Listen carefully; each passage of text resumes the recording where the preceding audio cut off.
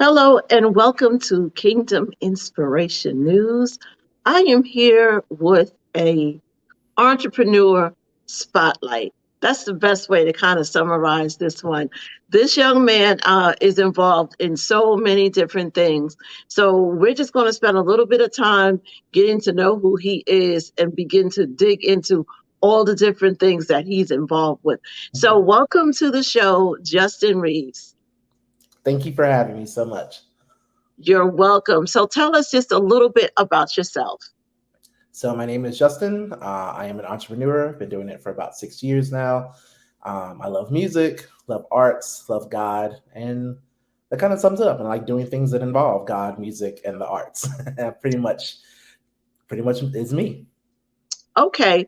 So everything that revolves around music, arts, and the love of God. So take us on this journey. So you said you graduated 6 years ago. Where did you go to school? What was your degree in? What did you go to study? And does it have anything to do with all the things that you're doing now? No, not at all. I went to UVA, studied engineering, but really with that, I realized I like problem solving. But I didn't really like the field of engineering. And so within engineering, I was a part of the National Society of Black Engineers. And I was their program events manager. And I liked putting on the events and the different programs that we had going on, such as a Walk for Education. And we had things where we brought in middle school and high school students to get them integrated into STEM.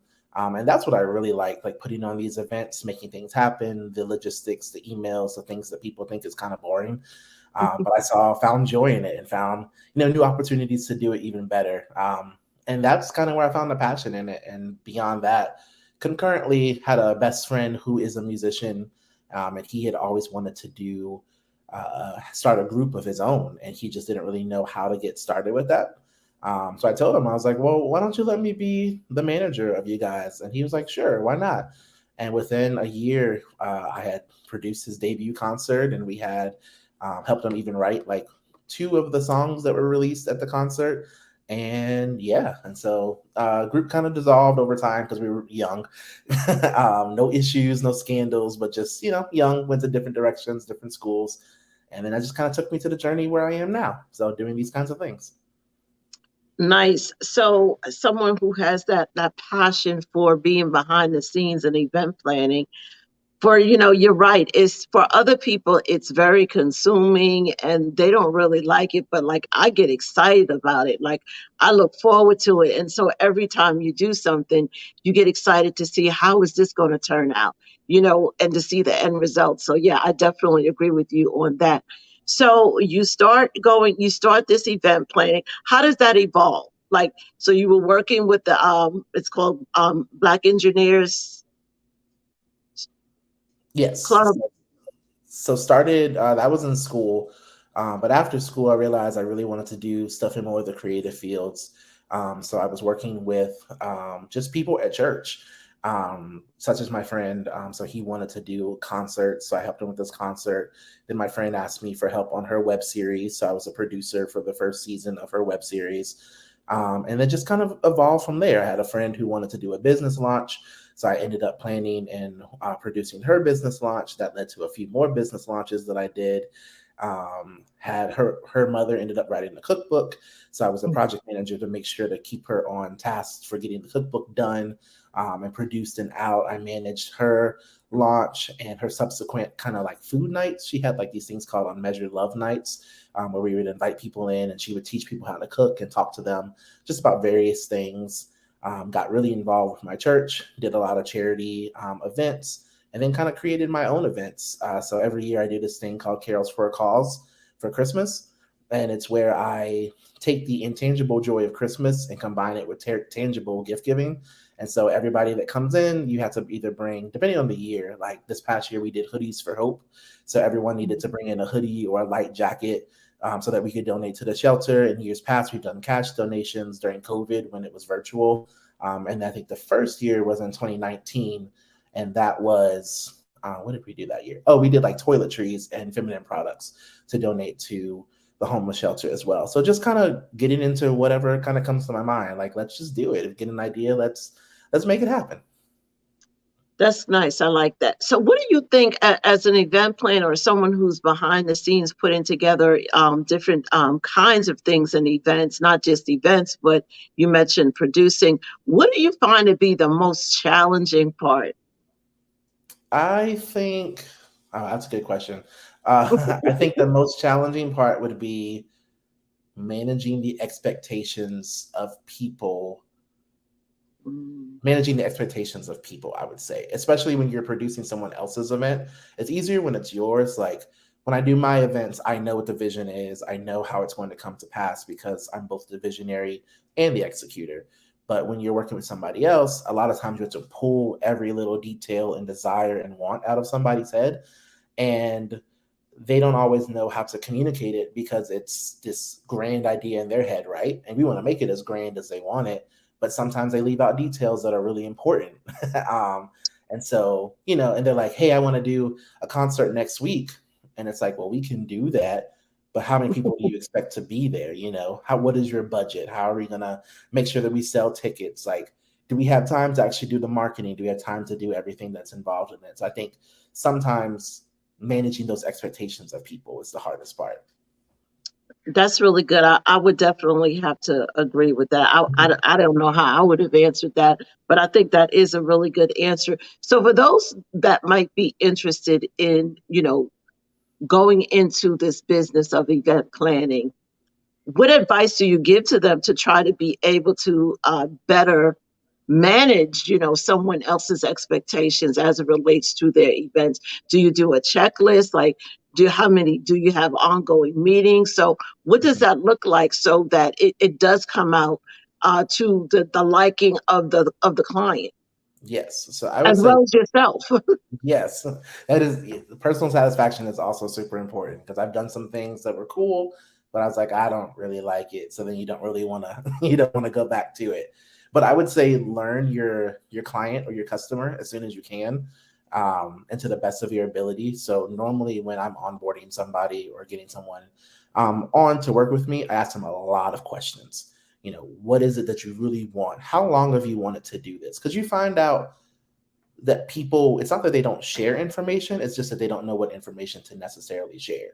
And so if you're asking someone, you want to do this concert, like for example, my friend, he wanted to do this concert, he had already thought of everything he wanted to do, he just didn't know how to take the next steps.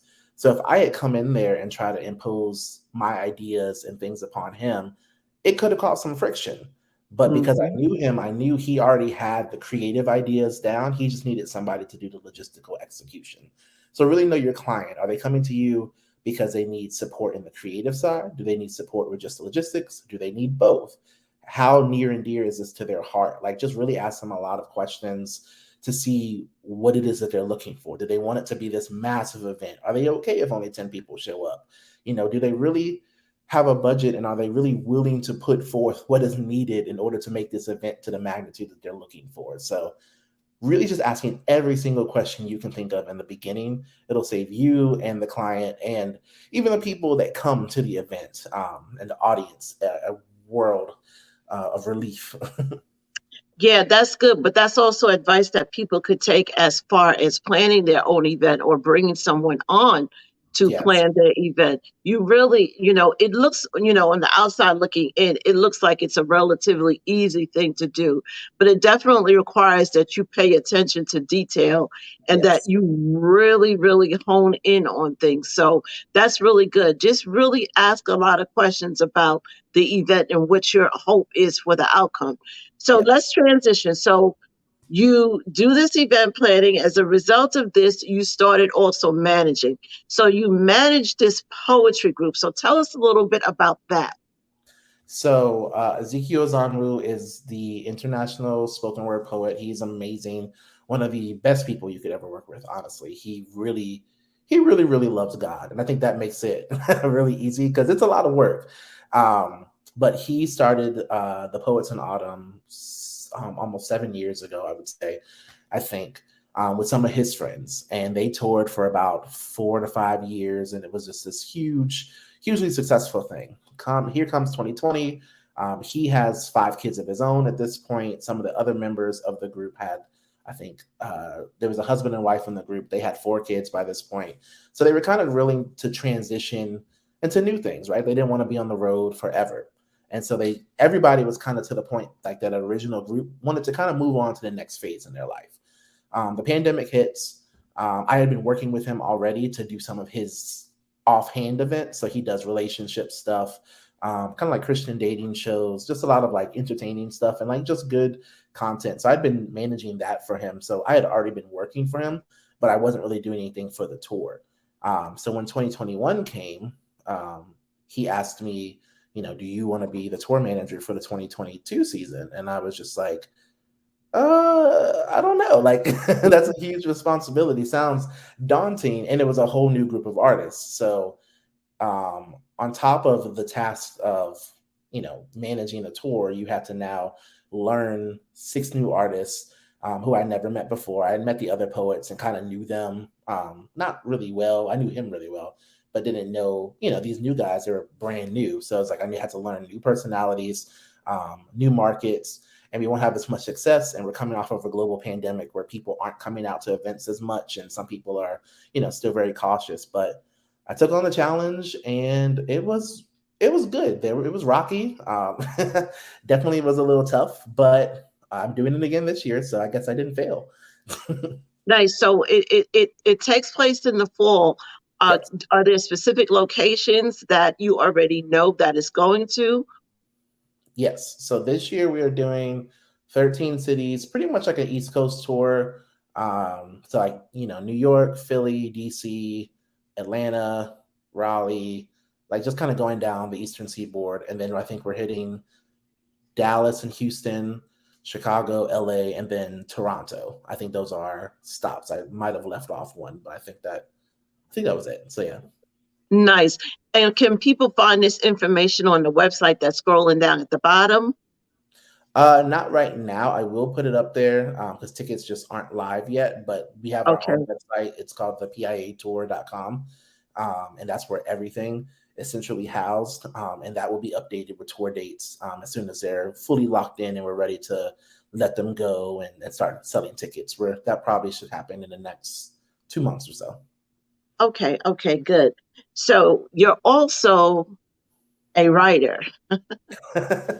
So, in addition to everything, he said all things arts, right? So, in addition to the management and the event planning and promotions, you also enjoy writing, and you enjoy writing affirmations. So, tell us a little bit how the affirmations book came about. So I've been an encourager my entire life. Like people have always come to me for advice and just to talk about things and to vent and whatever. And I realize it's something that I do really well for other people, but I don't necessarily do it the best for myself. So I kind of wrote this as a book of affirmations of things that like God's promises for me and everybody around me. And I think that around 2019, 2020, like the late 20 teens, if you will, affirmations became really popular. But a lot of them, at least to me, they were kind of empty in a way, like they weren't based upon anything.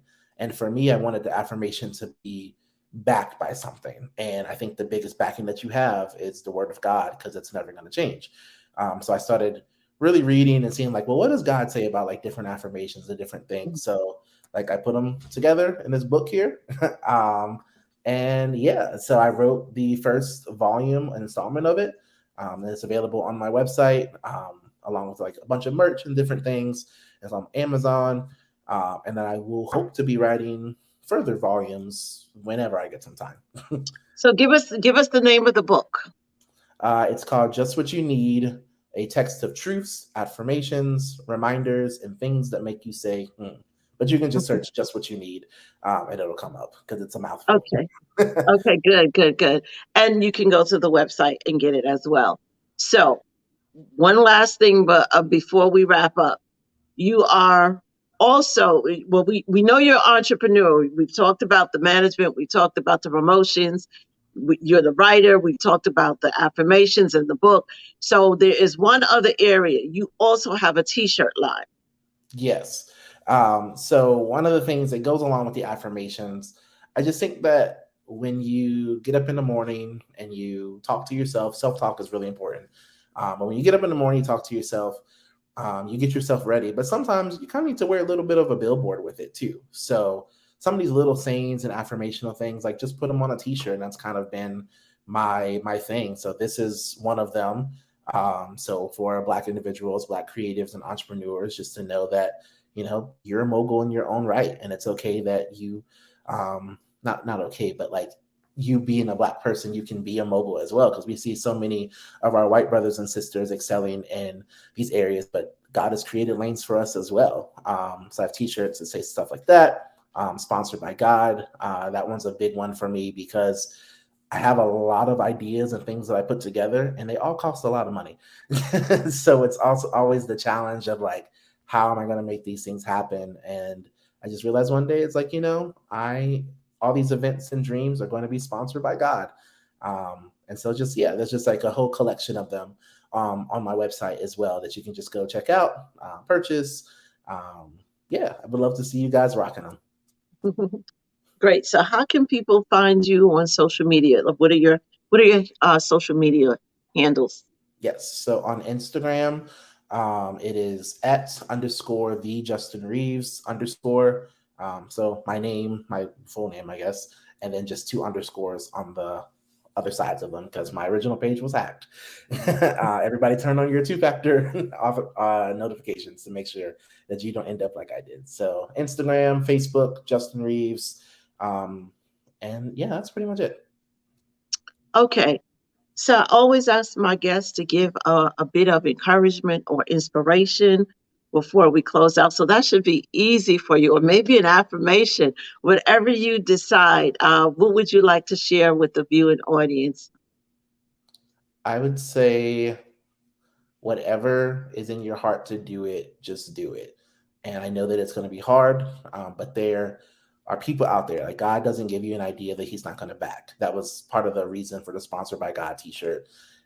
So whatever it is, do it. Talk to trusted sources about it as well. And you never know, they might have the answer for you. They might have the check that you need, or they might have the connection to the check that you need, or they might have a big enough following or some friends or some network that can come and support with ticket sales, that whatever it is that you're doing, whether it's a book, a concert, a church service, whatever it is, you get enough people to come that you don't have to worry about the cost or whatever it is. And then also the emotional cost as well. Like God is going to be there to support you through it, because when you're following your dreams, it is tiring. It can be lonely.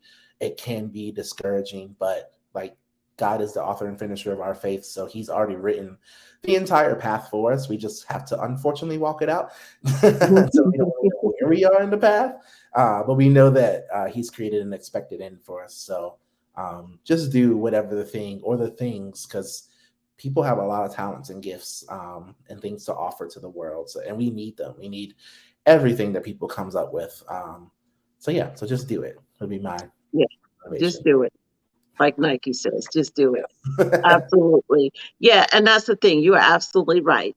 We just have to decide that we are going to just go out there and do it, and know that it's going to be okay. Yes, it's a little scary.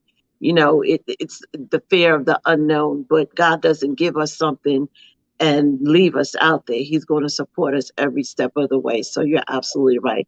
So again, thank you for coming on. I wish you the best in all your You. endeavors, from the writing piece to the promotions and event planning to the managing to the t-shirt line. I just wish that you would just continue to grow beyond your wildest dreams. So again, thank you for being on. Thank you so much. Thank you for having me. My pleasure.